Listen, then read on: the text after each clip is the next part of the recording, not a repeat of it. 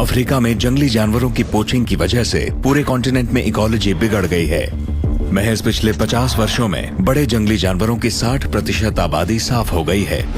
सिर्फ Congo basin में ही हर साल लाखों टन मीट अवैध शिकार से निकलता है और इसका ज्यादातर हिस्सा काहुजी बिएगा जैसे नेशनल पार्क्स में से आता है।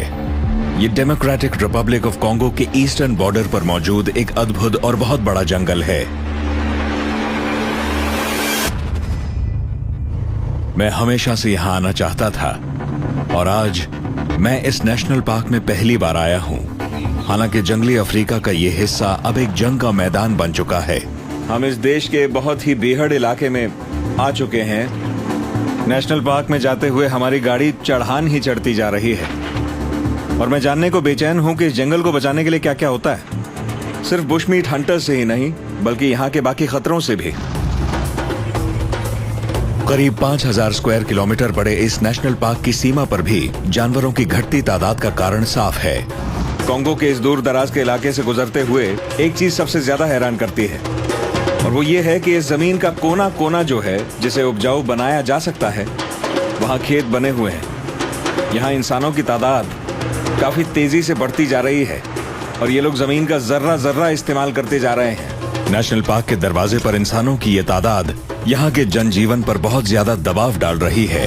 यहाँ की जिंदगी मुश्किल है और जहाँ खाना मिलना भी मुश्किल हो वहाँ वाइल्ड लाइफ रिजर्व आकर्षण नहीं खाने का स्रोत बन जाता है। ये एक यूनेस्को वर्ल्ड हेरिटेज साइट है।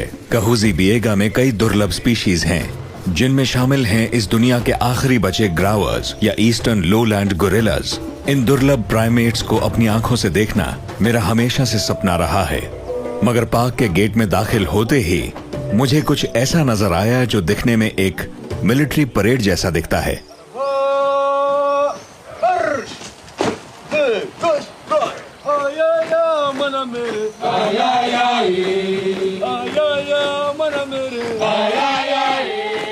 ये कॉन्गोलीज इंस्टीट्यूट फॉर नेचर कंजर्वेशन के कुछ 230 पार्क रेंजर्स हैं, जिसे छोटे में ICCN कहते हैं।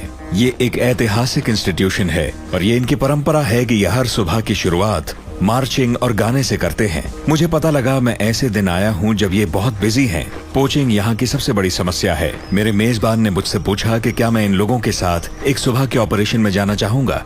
मैं बिल्कुल इसी तरह के काम को होता हुआ देखने ही यहाँ पर आया हूँ। तो यही वो एंटी पोचिंग टीम है जो आज हमारे साथ मिशन पर जाएगी। हम आज एक नाकाबंदी लगाने वाले हैं। इस तरह के पार्क की रक्षा के लिए ये सब करना पड़ता है।